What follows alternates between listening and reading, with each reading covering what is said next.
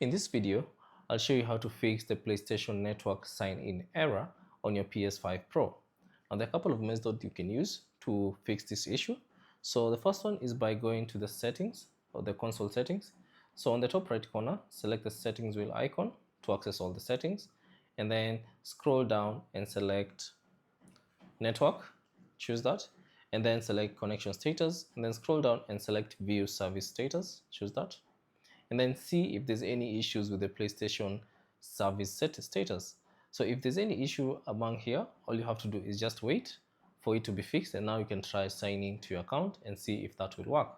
If that doesn't work, another thing you can try is by removing your account, your account from the PS and sign in back again. So go to the settings, select users and accounts, and then scroll down to the bottom and select delete users, and then find your account and select it, and then remove it from your PS5, and then try to sign in back again with that particular account and see if that will fix that particular issue.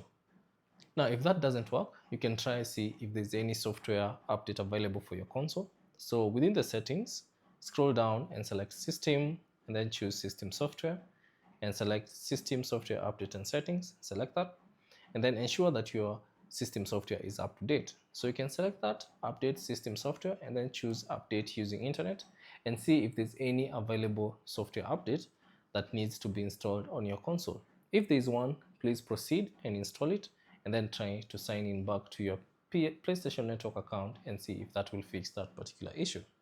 Another method you can try is by disabling your Wi-Fi temporarily and turning it back on. So under the settings, go to the network, and then select settings, and then disable this, connect to network for a few seconds, and then turn it back on, and then select set up internet connection, and find your Wi-Fi connection and try to connect it back.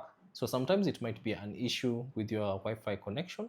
So once you turn it on and you turn it off and turn it back on, you can try and sign in to your PlayStation Network account and see if that has fixed the issue.